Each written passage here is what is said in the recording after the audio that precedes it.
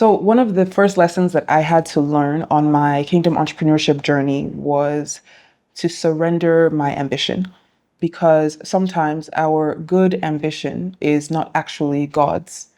And I think as Christians, we can miss this because if we're doing the Christian thing right, we're not driven by the same greed and lust that the world is driven by. Usually we are driven by more altruistic motivations. You may want to break generational curses in your family and help them generate wealth. You may want to give back to impoverished communities around the world. And all of those things are good.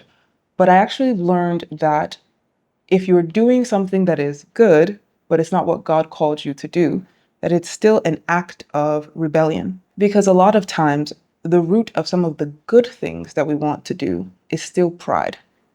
The root of some of the good things that we want to do is still self, because we're exalting our desires above and beyond the desires that God has for us. Remember, with kingdom entrepreneurship, there is a higher mandate that is way bigger than us and way bigger than our company.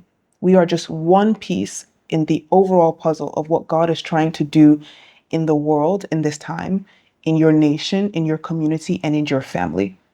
And so we have to fall into place for what He wants us to do, and not just what we think is good, not just what we think the world needs. Romans 8:28 says, "We are called according to His purpose, not ours." For me, this looked like purging myself of the desires that I had when I first started on my entrepreneurial journey. So I've been an entrepreneur for years, and initially what was really driving me into entrepreneurship were communities that I felt called to. I was very passionate about African empowerment, about female empowerment, and all of those things were good.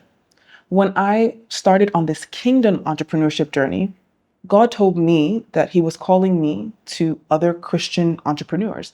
He told me that He wanted me to share my story and build a platform around the kingdom principles that He was teaching me for running my business. And that was not part of my plan at all.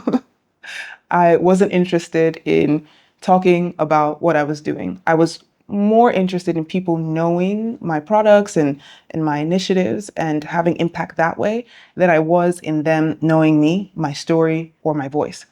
But God had a different plan. And that's exactly why I'm sitting in this chair right now, because I had to learn to surrender the plan that I had that I thought was good for the plan that God had. So if you find yourself in the same predicament that I did at the beginning or even the middle of your entrepreneurial journey, you can ask yourself these questions. What is the why behind my ambition? What is driving me to run this company?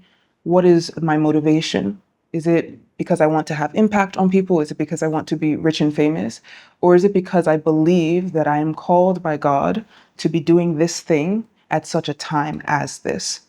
Remember that God sees your heart. It's funny because even with recording this podcast, I was thinking about how in the season 1 of Founding Faith, the episodes were longer, I flowed better, and I started getting in my head about what I'm saying and the outlines that I prepared and wondering if it looked like the definition of what a successful podcast is supposed to look like, especially because this is my first time on YouTube and I just wanted things to go perfectly. So the act of surrendering control to the Holy Spirit and yielding to whatever He's trying to do in this new season, or as Sarah said, in this new wineskin, is a continual process. We're always going to be diminishing our flesh so that we can align with whatever the Spirit is trying to do.